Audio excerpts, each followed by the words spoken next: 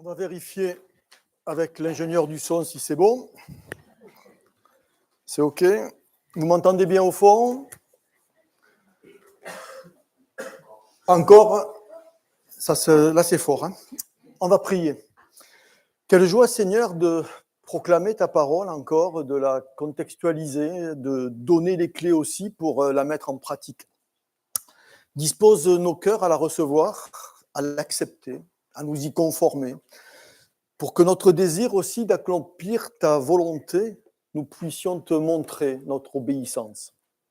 Bénis Seigneur ces moments particuliers où chacun peut, à travers les textes exposés, entendre ce que l'Esprit veut dire aux églises et donc s'adresser à chacun dans son cœur et sa conscience. Amen. Je suis heureux de voir que vous avez bien supporté la première vague de froid, que presque tout le monde est là. C'est excellent. Introduction. Alors nous reprenons la série sur le livre des Actes. Le 10 décembre de l'année dernière, c'était la conversion de Saul sur le chemin de Damas, le persécuteur, le ravageur de l'Église, qui est en train de progresser, qui est en train d'évoluer selon l'ordre de notre Seigneur de Jérusalem, en Judée et en Samarie, et jusqu'aux extrémités de la terre, mais ça c'est le chapitre 13. Ce matin, nous allons voir peut-être le plus important des chapitres du livre des Actes pour nous chrétiens du XXIe siècle. C'est Acte 10. Dieu ouvre la porte de l'évangile de Christ et du salut aux païens. Et ce passage dévoile la souveraineté de Dieu dans l'élection, dans le timing, dans l'organisation de la rencontre entre les protagonistes et sa volonté d'offrir le salut à tous ceux qui croiront en Jésus-Christ, en son sacrifice, et qui accepteront de le suivre sans favoritisme de nation ni de culture. Alors on va suivre un plan chronologique.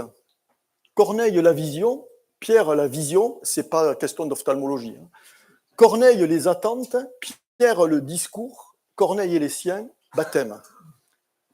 Alors Corneille, la vision. Donc je vous propose de prendre Acte 10 et de lire les 8 premiers versets. Donc Acte 10, versets 1 à 8. Il y avait à Césarée un homme appelé Corneille, qui était officier dans la troupe romaine appelée cohorte italienne.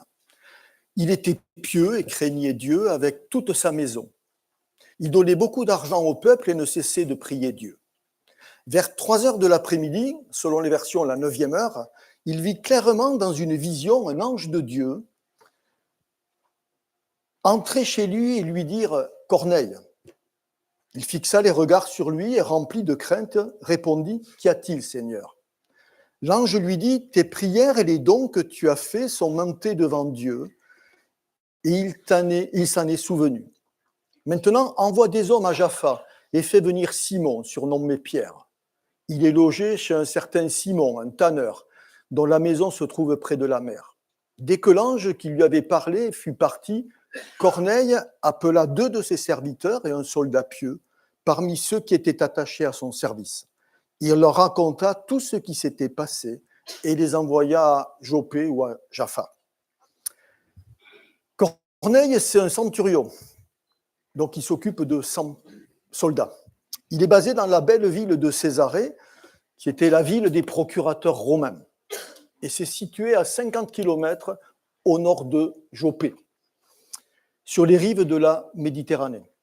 C'est un craignant Dieu. C'est-à-dire que c'est un païen qui s'est détourné du polythéisme romain pour croire en un seul Dieu, celui d'Israël. Il est pieux, il suit certaines règles du judaïsme. Le texte nous dit qu'il est généreux, donnant des aumônes au peuple. Puis il a fait partager ses convictions à toute sa maisonnée. Il prie Dieu avec assiduité. Par contre, sachez qu'il ne respecte pas tous les interdits alimentaires, n'est pas circoncis et donc pas reconnu comme juif, bien que fréquentant la synagogue. C'est un homme bien sur le plan moral et religieux. Alors, quelle fut son expérience? La vision d'un ange. Sur le coup de 15 heures, alors qu'il prie, verset 31, Dieu regarde cet homme d'un œil favorable. Dieu a entendu, il a exaucé ses prières et vu ses dons d'argent et perçu qu'il était bien vu du peuple juif. Il a une bonne renommée. Et l'ange lui ordonne d'aller chercher donc dans cette fameuse ville de Jopé un certain Simon, l'apôtre Pierre, pour écouter ce qu'il a à lui dire et qu'il délivre le message de la bonne nouvelle du salut à tout ce petit groupe. Verset 22, Corneille envoie 2 serviteurs et un soldat pieux qui sont à son service. Qu'est-ce qu'on voit? On voit que l'Éternel est déjà en action pour favoriser, pour créer les conditions d'une rencontre entre le païen et le juif. Pour la conversion du premier, grâce au message du second. Alors on va voir maintenant comment Dieu a tout conduit. Versets 9 à 23, et on va lire à partir du verset 11. Donc vous avez cette rencontre de Corneille et de l'ange, et le lendemain, alors que les émissaires de Corneille s'approchent de Jaffa, Pierre, qui est en prière sur la terrasse, c'est midi, il tombe en extase, et lui aussi a une vision. Alors lecture, à partir du verset 11. Il vit le ciel ouvert et un objet ressemblant à une grande nappe attachée aux 4 coins qui descendait et s'abaissait vers la terre. À l'intérieur se trouvaient tous les quadrupèdes et reptiles de la terre, ainsi que les oiseaux du ciel. Une voix lui dit, « Lève-toi, Pierre, tue et mange. » Mais Pierre dit, « Certainement pas, Seigneur, car je n'ai jamais rien mangé de souillé ni d'impur. » À nouveau, pour la 2e fois, la voix lui parla. « Ce que Dieu a déclaré pur, ne le considère pas comme impur. » Cela se produisit 3 fois, et aussitôt après, l'objet disparut dans le ciel. Pierre restait perplexe sur le sens de la vision qu'il avait eue. Pendant ce temps, les hommes envoyés par Corneille avaient demandé où était la maison de Simon, et ils se présentèrent à sa porte. Alors, je ne sais pas si vous voyez ce que nous dit cette vision. Imaginez une sorte de vase suspendu dans les airs, en fait une immense nappe dont les 4 coins sont remontés et qui est remplie des animaux purs et impurs. Et ceux qui sont intéressés pour savoir ce que sont les animaux purs et impurs, vous allez dans Lévitique 11. Et une voix qui lui ordonne, tue et mange. Et Pierre, en bon juif qu'il est, respecte la tradition juive. Donc, il ne veut pas manger d'aliments impurs. Alors, il aurait pu dire, je vais choisir un animal pur dans tous les quadrupèdes. Mais il comprend que le message est bien plus important et bien plus profond, que ça ne s'adresse pas qu'à de la nourriture, que le message de Dieu est plus généraliste, qu'il est plus universel. Et à son refus, la voix redit, « Ce que Dieu a déclaré pur, toi ne le considères pas comme impur. » Verset 15. Et cette vision, elle est renouvelée 3 fois. Puis tout disparaît dans le ciel. Alors, frères et sœurs, si Dieu déclare quelque chose de pur, c'est que c'est pur.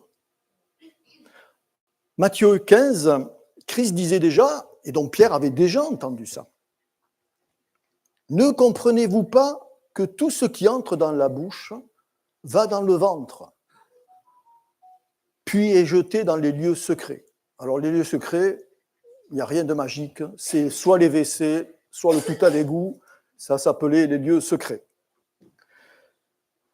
Mais ce qui sort de la bouche vient du cœur. Et c'est ce qui souille l'homme. Donc rien à voir avec la nourriture. La nourriture, c'est pas grave. Vous pouvez manger n'importe quoi, cependant, vous évitez de heurter les convictions de l'autre. Dieu est en train, là, de changer l'état d'esprit de Pierre et de le préparer pour la rencontre avec Corneille. Pierre est encore dans l'expectative. Et l'Esprit, au verset 20, l'avertit de la venue des envoyés de Corneille. Tout est dans la souveraineté de Christ. de Dieu. Tout est prévu, tout est conduit. Et l'Esprit lui dit que c'est bien la volonté de Dieu qui est en train de s'accomplir et qu'il va falloir qu'il réponde favorablement à la demande des envoyés de Corneille. Au verset 19, « Et comme Pierre réfléchissait sur la vision, l'Esprit lui dit, « Voici des hommes qui te cherchent. Mais lève-toi, descends et va vers eux sans hésiter, car c'est moi qui les ai envoyés. » Et Pierre, étant descendu vers ces hommes, dit, « Me voici. Je suis celui que vous cherchez. Quel est le motif pour lequel vous êtes venus ?» Alors on pourrait dire que Pierre était déjà dans un processus de changement, touché par les paroles de Jésus en Matthieu 15. Pierre fait rentrer les païens chez lui, les nourrit, les logea. Déjà, il ne respecte pas les notions d'impureté, car aucun juif de l'époque n'aurait fait rentrer chez lui des païens. Les rabbins avaient préconisé que quand ça arrivait, il fallait se purifier pendant 7 jours et puis laver et passer au feu les instruments qui avaient été touchés par les païens. Et il y avait les mêmes réticences côté des païens vis-à-vis des juifs. Donc ça veut dire qu'un mur de séparation s'était dressé entre les deux peuples, les chrétiens et les païens. Il y a un autre élément qui nous montre que l'état d'esprit de Pierre a évolué, c'est qu'il loge chez un tanneur, Simon. Et c'était un métier impur. C'était un métier qui était méprisé. Pourquoi ? Parce que touchant les cadavres des animaux pour traiter les peaux. Et donc accompagné de 6 frères juifs convertis qui vont servir de témoins. Lors du chapitre 11, Pierre part avec les gens de Corneille pour aller à Césarée. L'émissaire de Dieu, Pierre, et l'élu de Dieu, Corneille, vont bientôt se rencontrer.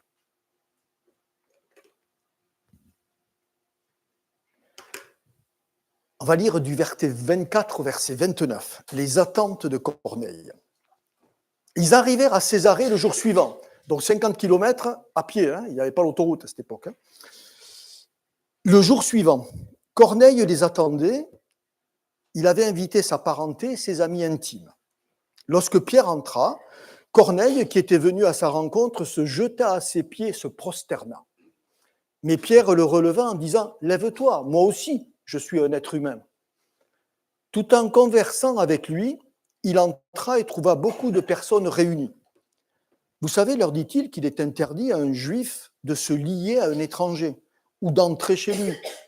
Mais Dieu m'a montré qu'il ne faut déclarer aucun être humain souillé ou impur. C'est pourquoi je n'ai pas eu d'objection à venir quand vous m'avez appelé. Je vous demande donc pour quelle raison vous m'avez fait venir. » La rencontre voulue par Dieu arrive enfin. C'est la providence divine. C'est Dieu dans l'action. Corneille a réuni sa parenté avec lui. Et on peut être sûr qu'eux aussi étaient des craignants Dieu. Corneille, il est dans l'attente de quelque chose ce matin-là. Il fait confiance en Dieu et il se prosterne au niveau devant l'envoyé de Dieu. Et dans ce geste, il y avait une idée d'adoration. Et Pierre sait que seul Dieu doit être adoré. C'est pourquoi, avec humilité, il refuse cette marque d'adoration que Corneille lui montre. Et vous comprenez bien qu'ainsi, Pierre réprime toute apparence d'idolâtrie, de quelque chose qui serait magique dans ce rendez-vous programmé par Dieu. Et la pensée de Pierre a déjà évolué. Dieu m'a montré qu'il ne faut déclarer aucun être humain souillé ou impur. Ne sommes-nous pas tous créés à l'image de Dieu ? Pourquoi certains seraient impurs et d'autres purs ? Alors, première application. La souveraineté de Dieu dans le salut. Pourquoi Corneille et les membres de sa maison ? Mais parce que c'est le choix de Dieu. C'est un bon choix, selon les qualités décrites dans ce texte. Pieux, miséricordieux, juste, bonne renommée. Il prie Dieu sans cesse, a fait partager ses convictions à son entourage. Il est généreux pour les plus petits et les plus faibles. Alors l'élection, le fait d'être choisi, n'est pas lié aux œuvres de Corneille. Ce ne sont que les conséquences. Mais l'élection, elle dépend uniquement de la volonté de Dieu. Nous avons été choisis pour aucune de nos œuvres, car nous étions tous rebelles à Dieu. Aucun n'est juste. Cependant, la volonté divine n'exclut pas le libre arbitre de l'homme pour justement pouvoir choisir et répondre à son appel. Et cette rencontre orchestrée par Dieu met en contact Pierre, un juif, le socle de l'Église de Christ, et un païen. Et Corneille, dans ce texte, il représente les païens de toutes les nations. Comment Dieu appelle, délivre le message de l'Évangile et accepte comme enfant de Dieu ce centurion romain. Dans cette rencontre, je ne sais pas si vous le voyez bien, mais il y a deux mondes opposés qui entrent en contact. Il faut un messager, Pierre, un messager préparé par Dieu, qui comprenne que les promesses de Dieu sont pour tous les hommes, et non pas uniquement pour le peuple juif. Un messager dont le cœur a été labouré, ensemencé par le Seigneur. Un envoyé qui est apte à délivrer la bonne nouvelle du salut, qui malgré ses réticences, sa rigidité d'esprit, obéit à son Seigneur et met de son côté ses préjugés juifs. Paul, en Romains 8,30, dira « Car ceux qu'il a connus d'avance, Dieu qui a connu d'avance, il les a aussi prédestinés à être semblables à l'image de son Fils, afin que son Fils fût le premier-né entre plusieurs frères. Et ceux qu'il a prédestinés, il les a aussi appelés. Et ceux qu'il a appelés, il les a aussi justifiés, c'est-à-dire qu'il les a rendus justes. Et ceux qu'il a justifiés, il les a aussi glorifiés. Nous sommes déjà justifiés et glorifiés en Jésus-Christ. Et tout dépend de la volonté de Dieu. Éphésiens 1,4. En lui, Dieu nous a élus, en Christ. Dieu nous a élus avant la fondation du monde, pour que nous soyons saints et irrépréhensibles, c'est-à-dire sans péché, parfaits devant lui, nous ayant prédestinés dans son amour à être ses enfants d'adoption par Jésus-Christ, selon le bon plaisir de sa volonté. Et ces élus de Dieu, ce sont les destinataires du message. Dans Acte 10, Corneille est le destinataire, avec sa maisonnée, du message que va délivrer l'apôtre Pierre. Son cœur a été préparé, lui aussi, par le Seigneur. Il veut obéir à l'ange de l'Éternel. Il a hâte d'entendre ce que Dieu, par l'intermédiaire de ce Simon-Pierre qu'il ne connaissait pas, doit lui partager et lui enseigner. Alors à ce stade-là, il y a une question à se poser. Corneille est-il sauvé? Alors on a dit qu'il était craignant de Dieu. Pierre est arrivé avec 6 frères juifs convertis. La rencontre s'est faite. Mais est-ce suffisant? Verset 33b. Maintenant, c'est Corneille qui parle. Maintenant, donc, nous sommes tous présents devant Dieu. Pourquoi faire? Pour entendre ce qui t'est commandé par le Seigneur. Nous sommes tout oui pour dire oui à Jésus-Christ. Corneille, par sa vision, a compris qu'il lui manque quelque chose pour être enfant de Dieu, qu'il n'a pas de relation personnelle avec celui dont le nom sauve, qu'il connaît peut-être que comme un fauteur de troubles, ce Jésus de Nazareth, crucifié il y a moins de 10 ans auparavant. Le message qu'on lit ce matin, il est de à peu près l'an 41. Le messager doit délivrer son message et Pierre va évangéliser et annoncer Jésus. Et si vous tournez un petit peu la page de vos Bibles, en Acte 11, 14, Pierre te dit, c'est l'ange qui parle à Corneille, Pierre te dira des choses par lesquelles tu seras sauvé, toi et ta maison. C'est l'ange qui avait dit. C'est pour ça qu'il était préparé. Alors on va voir maintenant le discours de Pierre. Et on va lire les versets 34 à 43. 34 à 43. Alors Pierre prit la parole et dit, en fait il va annoncer l'évangile, en vérité je reconnais que Dieu ne fait pas de favoritisme. Dans certaines versions c'est acception. Et que dans toute nation, celui qui le craint et qui pratique la justice lui est agréable. Il a envoyé sa parole aux Israélites en leur annonçant la paix par Jésus-Christ, qui est le Seigneur de tous. Vous savez ce qui est arrivé dans toute la Judée, après avoir commencé en Galilée suite au baptême que Jean a prêché. Vous savez comment Dieu a déversé une onction de Saint-Esprit et de puissance sur Jésus de Nazareth, qui allait de lieu en lieu, en faisant le bien et en guérissant tous ceux qui étaient sous la domination du diable, parce que Dieu était avec lui. Nous sommes témoins de tout ce qu'il a fait dans le pays des Juifs et à Jérusalem, lui qu'ils ont tué en le clouant sur la croix. Dieu l'a ressuscité le 3e jour et a permis qu'il apparaisse non à tout le peuple, mais aux témoins choisis d'avance par Dieu, à nous qui avons mangé et bu avec lui après sa résurrection. Jésus nous a ordonné de prêcher au peuple et d'attester que c'est lui que Dieu a désigné juge des vivants et des morts. Tous les prophètes rendent de lui le témoignage que toute personne qui croit en lui par son nom aura le pardon des péchés. C'est la proclamation de l'Évangile. Dieu est le Dieu de tous, sans favoritisme. Alors c'est vrai que pendant un certain temps, Dieu a privilégié Israël, le peuple élu. Mais depuis Jésus-Christ, la route vers le ciel est largement ouverte. Cette route, elle a été inaugurée par Christ, au travers du voile, dans le temple qui s'est déchiré de haut en bas.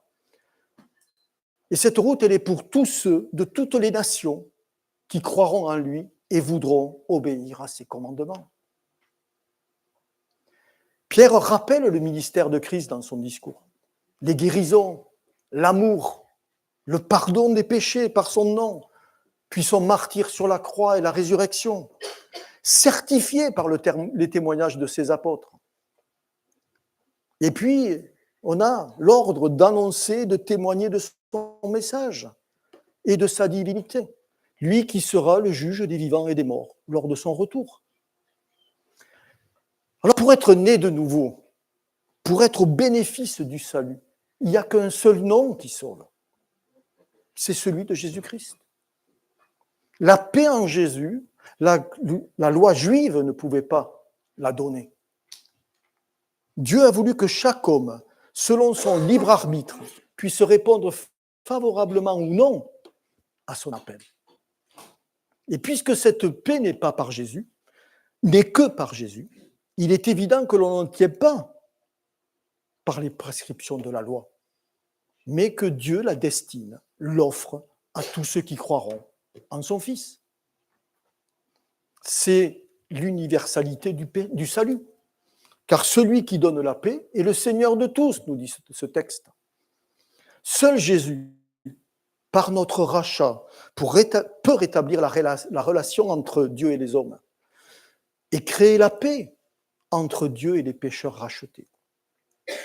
Romains 3, 28-30 nous dit « Car nous pensons que l'homme est justifié par la foi, sans les œuvres de la loi. Ou bien Dieu est-il seulement le Dieu des Juifs ?» Et Paul répond, ne l'est-il pas aussi des païens? Oui, il l'est aussi des païens. Puisqu'il y a un seul Dieu qui justifiera par la foi les circoncis, les Juifs, et par la foi les incirconcis, les païens. Et là, on pourrait faire un parallèle avec Jean 3,16. Car Dieu a tant aimé le monde qu'il a donné son Fils unique afin que quiconque, n'importe qui, tous, croient en lui et ne périssent point, mais qu'il ait la vie éternelle. Dieu, en effet, n'a pas envoyé son Fils dans le monde pour qu'il juge le monde, mais pour que le monde soit sauvé par lui. La première venue de Christ, elle n'est pas pour juger, elle est pour sauver. La seconde sera pour un jugement. Le salut suit un processus, même si la nouvelle naissance est un événement ponctuel. Dieu justifie les circoncis par la foi, et de même, il fait de même avec les incirconcis. C'est par la foi.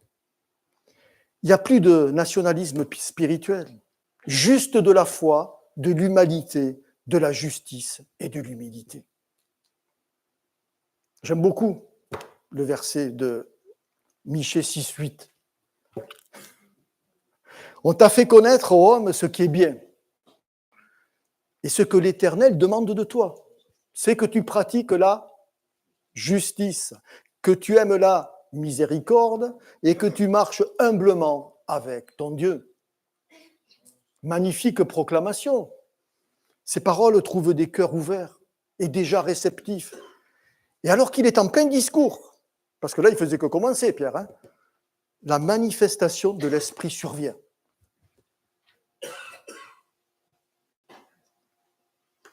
On va lire, donc Corneille et toute sa maisonnée vont recevoir le baptême.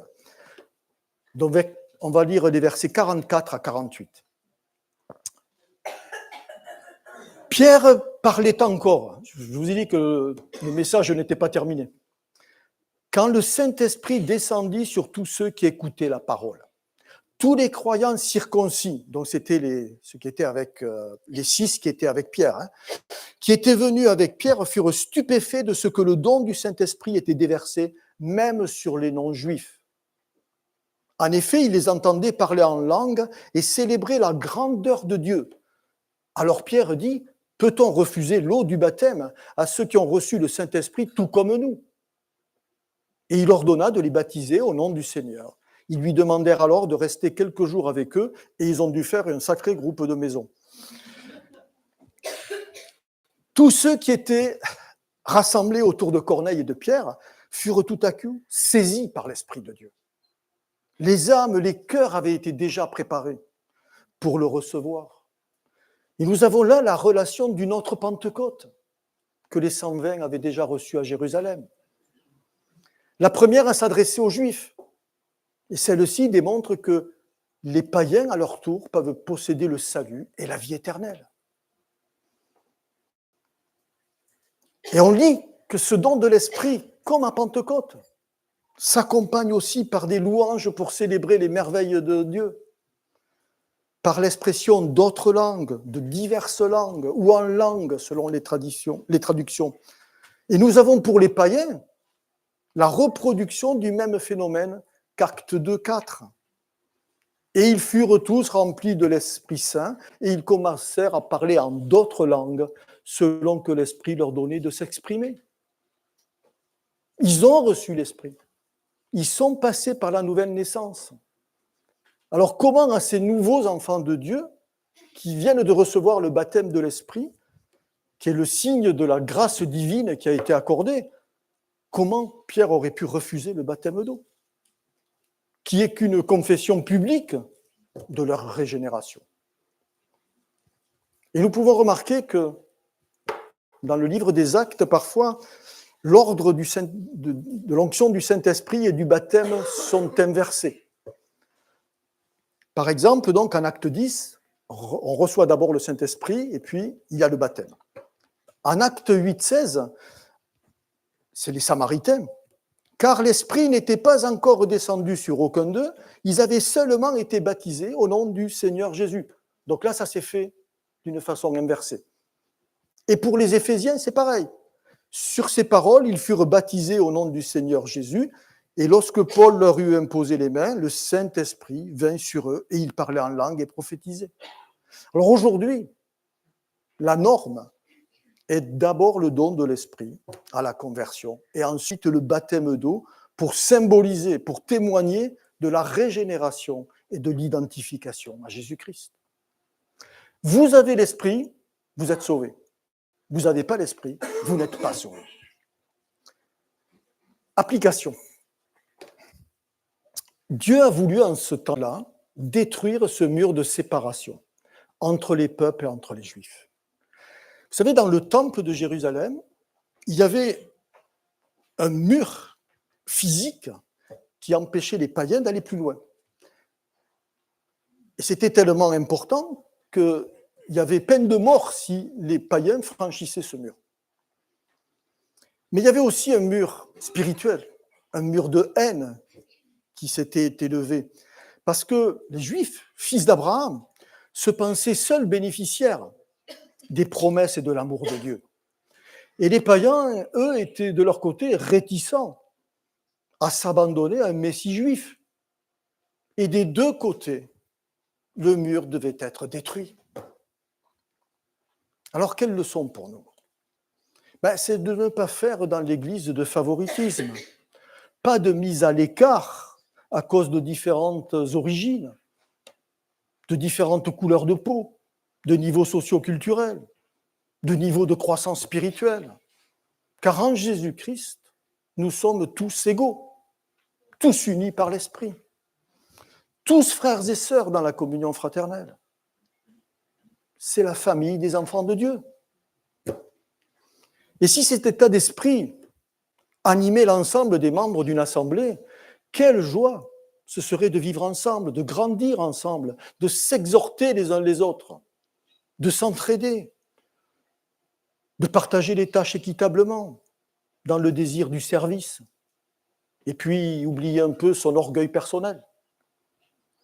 Si Dieu a désiré que le mur de séparation tombe entre les Juifs et les chrétiens, ce n'est pas pour que nous en reconstruisions un de plus grand entre les chrétiens d'une église locale. Pardonnons-nous, aimons-nous les uns les autres, considérant un chacun comme supérieur à soi-même, et arrêtons de vouloir montrer qu'on vaut plus que l'autre, que l'on est meilleur que l'autre. Que croyez-vous, frères et sœurs ? Qu'est-ce que va regarder Jésus ? Vos grandes aptitudes, votre comportement inadéquat, votre cœur enflé d'orgueil, votre pseudo-supériorité. Je crois qu'il va regarder votre cœur, et ça lui suffit amplement. Toutes nos compétences, tous nos dons ne sont que des cadeaux du Seigneur. Pourquoi se glorifier alors qu'il nous a tout offert ? Autre application. Nous devons être des messagers de Dieu. Comme Pierre, témoigner de la bonne nouvelle du salut en Jésus-Christ. Et malheureusement, nous ne connaissons pas les occasions favorables préparées par Dieu pour semer l'Évangile. Nous ne savons pas si les cœurs sont bien préparés, sont bien disposés ou pas. Mais prêchons la parole. C'est ça que nous demande Dieu. Prêcher la parole. Et c'est un ordre du Seigneur. Alors il est primordial d'avoir à l'esprit que Dieu appelle des gens à accepter Jésus comme leur sauveur et comme Seigneur. Mais dans nos vies, ça ne va pas se passer sous la forme de visions qui nous mettront en relation avec des gens où Dieu a tout bien planifié. La plupart du temps, nous allons penser que ce sont des coïncidences ou du hasard. Mais en fait, ces coïncidences seront l'expression de la volonté de Dieu. Profitons de toute occasion qui nous est offerte pour témoigner de notre foi, de comment cette relation avec Jésus a modifié notre vie. Nous pouvons parler de notre Église locale, du Dieu créateur de l'univers, qui a envoyé son Fils sur la terre pour nous sauver, pour rétablir la paix. Et vous pouvez en parler avec vos voisins, vos collègues de travail, vos membres de la famille qui ne sont pas encore convertis. Vous pouvez, en vous inspirant du discours de Pierre dans ce texte, annoncer l'évangile de Jésus-Christ. En conclusion, frères et sœurs, n'endurcissons pas nos cœurs. Vous savez, ce jour-là, Pierre aurait pu avoir envie d'aller à la pêche, à la chasse, à un concert, au cinéma, toute activité plaisante. Et Corneille, ce jour-là, n'aurait pas entendu l'évangile de Christ. Et Pierre, abandonnant ses préjugés, a répondu avec zèle au verset 21, je ne sais pas si vous avez fait attention, « Me voici ». Et ça, c'est caractéristique du disciple zélé qui veut s'engager. « Me voici ». Et donc, il est parti pour aller faire reconnaître son Sauveur et Seigneur à des païens pour qu'ils deviennent enfants de Dieu eux aussi. Galates 3.2. Est-ce par les œuvres de la loi que vous avez reçu l'Esprit ou par la prédication de la foi? Ce n'est pas par la loi, c'est par la prédication de la foi que l'on peut recevoir le salut. Alors les nés de nouveau de Césarée ont entendu la prédication du salut par la foi, en Christ crucifié, en Christ ressuscité. Et l'Esprit les a scellé ce témoignage divin par l'expression des langues dans le cœur de l'auditoire de Pierre. Alors, j'ai envie de vous dire ce matin, ne gâchons pas les occasions par paresse, par égoïsme, par routine. Dieu travaille les consciences à travers nous, par des rencontres qui nous paraissent fortuites, mais qu'il a élaborées. J'ai envie de vous dire que j'ai toujours cru en Dieu. Ma mère était catholique, on priait tous les soirs. Et il y a longtemps, j'avais mis ma foi en veilleuse. Et puis, la dystrophie musculaire de ma fille, une myopathie, m'a fait rencontrer un médecin et son associé. Et ils furent les pierres, sans cesse, qui m'ont reparlé de Christ. Et l'un est encore ici ce matin. Et ce qui est rigolo avec Dieu, c'est que c'est lui qui, la semaine prochaine, prêchera sur la fondation de l'église d'Antioche. Donc, aujourd'hui, c'est moi qui vous partage ce message de paix, d'amour et d'espérance en Jésus-Christ. Le champ de la moisson est vaste, il est immense, mais peu nombreux sont les ouvriers fidèles. Et Dieu désire ardemment que nous lui soyons obéissants et que nous voulions le servir et que nous profitions de chaque occasion pour annoncer le Sauveur du monde. Prions.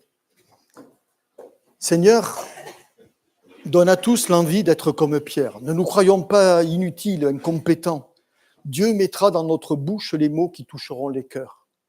Dans cette assemblée, Seigneur, fais croître l'amour fraternel, le zèle pour la vérité de ta parole, pour que les petites dissensions, les excès d'orgueil n'entament pas l'unité, pour que la parole soit appliquée sans laxisme ni compromis. Que seul ton amour nous guide, et je te prie de bénir notre assemblée richement, pour que chacun, pasteur, responsable, membre, assume pleinement sa responsabilité de servir devant ta face, dans la seule vérité de ta parole. Amen.